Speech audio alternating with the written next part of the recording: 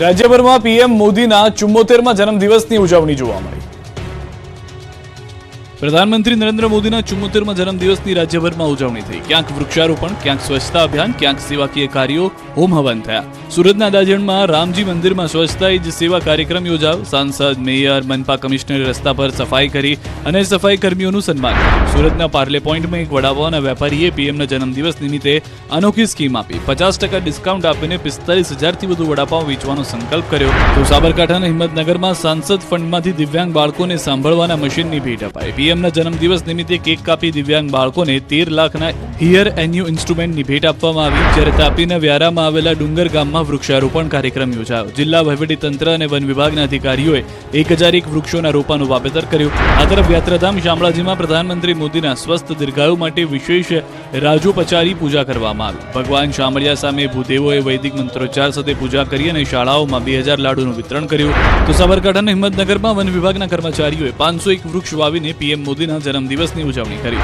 અમદાવાદના પ્રસિદ્ધ જગન્નાથ મંદિરમાં પીએમ મોદીના જન્મદિવસની ઉજવણી કરાઈ।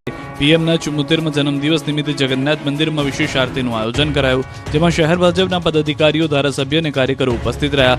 ભગવાન જગન્નાથજીની આરતી ઉતારી પ્રધાનમંત્રીના સ્વસ્થ દીર્ઘાયુની પ્રાર્થના કરવામાં આવી। વડનગરમાં પણ પ્રધાનમંત્રી નરેન્દ્ર મોદીના જન્મદિવસની ઉજવણી થઈ। પીએમના જન્મદિવસ નિમિત્તે વડનગરમાં વિશેષ પૂજા થઈ। હાટકેશ્વર મહાદેવ મંદિરમાં વિશેષ પૂજા કરાઈ। પીએમ મોદીના દીર્ઘાયુ માટે વિશેષ પ્રાર્થના કરવામાં આવી। પ્રધાનમંત્રીના જન્મદિવસને લઈને બનાસકાંઠામાં જિલ્લા સ્તરનો સ્વચ્છતા અભિયાન કાર્યક્રમ હાથ ધરાયો, જેની અંબાજીથી શરૂઆત કરવામાં આવી। અંબાજીમાં ભાદરવી પૂનમના મેળાનો 6થો દિવસ છે, ત્યારે જિલ્લા કલેક્ટર અને અનેક પદાધિકારીઓ ગબ્બર તળેટીમાં પહોંચ્યા। કલેક્ટર મિહિર પટેલે પોતે સફાઈ કામગીરી હાથ ધરી। જિલ્લા કક્ષાના કાર્યક્રમમાં વહીવટીતંત્ર સાથે સ્થાનિક લોકો અને પદાધિકારીઓ પણ જોડાયા। પીએમ નરેન્દ્ર મોદીના જન્મદિવસ નિમિત્તે ગુજરાત ભાજપે સેવા પખવાડિયા તરીકે ઉજવણીનો પ્રારંભ કર્યો।